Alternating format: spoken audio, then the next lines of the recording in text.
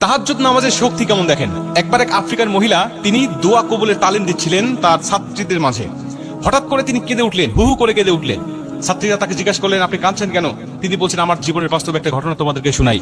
আমার একজন মেয়ে আছে, যে মেয়েটা দেখতে খুব বেশি একটা ভালো নয়, কালো, তার গায়ের চামড়া কালো এবং দেখতে খুব স্মার্ট নয়, তিনি খুব স্বাস্থ্যবান। কিন্তু আমার মেয়ে মাঝে মাঝে বলে উঠতো, এমন চেহারার মেয়েরা আমাদের আফ্রিকায় তাদের মর্যাদা থাকলেও আরব বিশ্বে আরব যুবকদের মাঝে এই সমস্ত মেয়েদের কোনো দাম নাই, বা তারা কোনভাবেই তাদেরকে পছন্দ করে না। তারা পছন্দ করে সাদা চামড়ার মেয়েরা এবং খুব চিকন হালকা পাতলা যারা, তাদেরকে খুব পছন্দ করে।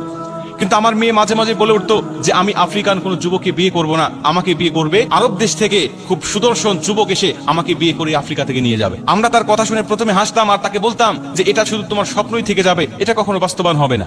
কিন্তু আমার মেয়ে মাঝে মাঝেই আমাদেরকে খুব দৃঢ় বিশ্বাসের সাথে বলতো যে হ্যাঁ, অবশ্যই আমার আল্লাহর কাছে আমি এই দোয়াটা করেছি, আল্লাহ অবশ্যই আমার দোয়া কবুল করবে। হঠাৎ করে কিছুদিন পরে দেখি আরব বিশ্ব থেকে একটা প্রস্তাব আসলো, যেই প্রস্তাবটা আমার মেয়ে শোনার সঙ্গে সঙ্গে প্রত্যাখ্যান করে দিল। তিনি রাজি হলো না, কারণ ওই পাত্র ছিল বয়স্ক এবং তার আগেও 3টা স্ত্রী ছিল। এজন্য আমার মেয়ে তাকে পছন্দ করলেন না, তাকে রিজেক্ট করে দিলেন, তাকে ফিরিয়ে দিলেন।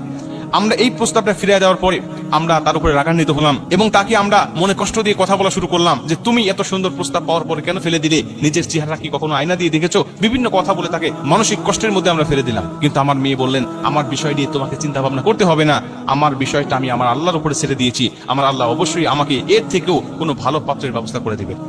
তিনি বলছেন, আমার মেয়ের এরকম কথা বলা দেখে আমরা মাঝে মাঝে অবাক হলেও আমরা ভাবতাম যে এটা কখনোই সম্ভব নয়, কারণ এমন মেয়ের জন্য এত সুন্দর সুদর্শন রাজপুত্র কখনোই আমার মেয়ের জীবনে আসবে না। শুধু আমার মেয়ে এটুকু বলতো তা নয়, তিনি ইঙ্গিত করে বলতো যে আমার জন্য যে যুবককে আল্লাহ বাজেট করে রেখে দিয়েছেন তার চেহারা হবে খুব সুদর্শন, তার চক্ষু হবে নীল, তিনি যুবক বয়সের হবেন, অতি বেশি বয়স তার হবে না, এরকম ভাবে তিনি ইঙ্গিত প্রদান করতেন।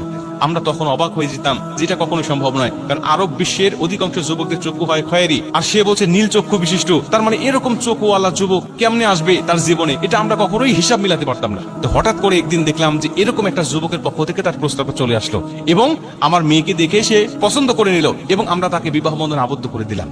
তিনি বলছেন, বিবাহ হয়ে যাওয়ার পরে আল্লাহর পরে যদি কোনো মানুষকে সিজদা করা জায়েজ থাকতো, আমরা আমার মেয়েকে সিজদা করতাম, এই আল্লাহওয়ালা মেয়েকে সিজদা করতাম। কেন?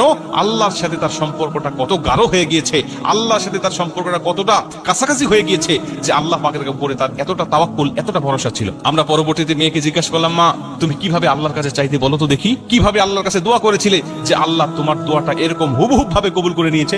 তিনি বলছেন, মা আমি আল্লাহ পাকের কাছে সবসময় ইস্তেগফার পাঠ করতাম এবং আমি আল্লাহ রাব্বুল আলামিনের কাছে সবসময় তাহাজ্জুদ নামাজ পড়ে কান্নাকাটি করতাম। আমার আল্লাহ পাকের উপরে আমার ভরসা ছিল, আল্লাহ পাক অবশ্যই আমার ইস্তেগফার কবুল করবেন এবং আমার